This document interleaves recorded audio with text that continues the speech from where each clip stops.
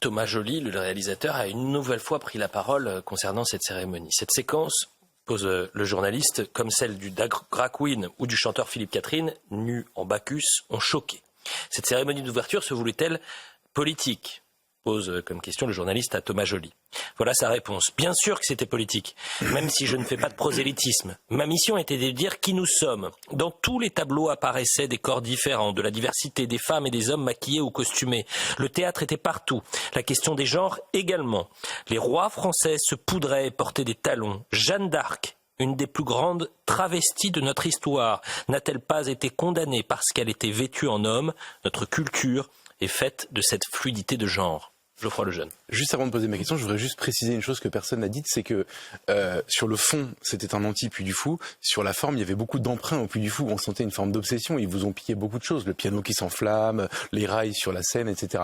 Et au-delà de la question formelle, qu'est-ce que vous répondez à cette déclaration de Thomas Joly ?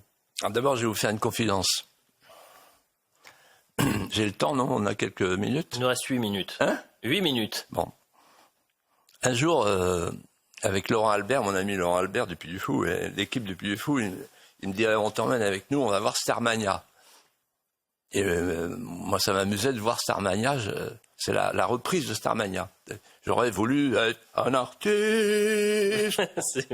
Vous avez la voix Donc pour le faire. j'y vais, j'étais de bonne humeur. On était bien placés. Mais moi, j'ai dit incognito, je ne veux voir personne.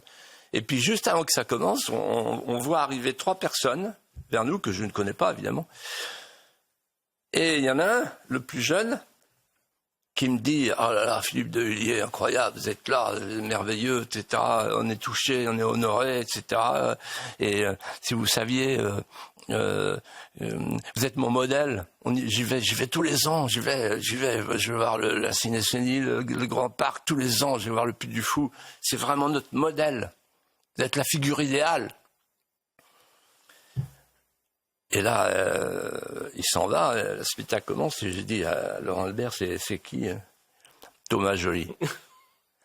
Donc effectivement, il y a quelques emprunts, il y a le cheval sur l'eau, le piano, etc. Bon, voilà, mais peu importe. Non, je voudrais lui dire ceci. Sans acrimonie, mais après avoir entendu le papier d'Eliott, puisqu'il parle des droits de l'homme. Il a que ce mot à la bouche. Au nom des droits de l'homme, devenus les droits de l'homme de sable de la société liquide, vous avez, vous et vos amis, amputé une population, une nation, de l'acquis le plus précieux des vieux peuples, le droit à la continuité historique, le droit pour chacun d'entre nous d'aller chercher dans les siècles passés les mélodies manquantes. Et puis j'ai vu que vous aviez sali Jeanne d'Arc en la traitant de travestie. Ça m'a rappelé un dialogue. J'ai vu Pierre Chaunu pleurer un jour dans mon bureau. Il était comme ça. Elle me dit, il faut parler de Jeanne d'Arc, Philippe. Et il s'arrête, il se met à pleurer. Je dis, pourquoi vous pleurez ? Il dit, parce que je repense à ce que dit le grand historien chargé, qui était en charge de la chaire de la Révolution française, communiste, Georges Lefebvre, historien communiste. Et un jour, il a dit, devant un amphi qu'il chahutait parce qu'il parlait de Jeanne d'Arc, le premier qui touche à Jeanne d'Arc est un salaud. Et donc, en vous entendant, je repense à ce dialogue, et j'ai vu Pierre Chaunu, je l'ai pris comme ça par l'épaule, et il m'a dit, vous savez Philippe, Jeanne d'Arc, c'est le plus beau trait d'union que l'histoire ait jamais inventé entre le ciel et la terre. Touche pas Jeanne d'Arc.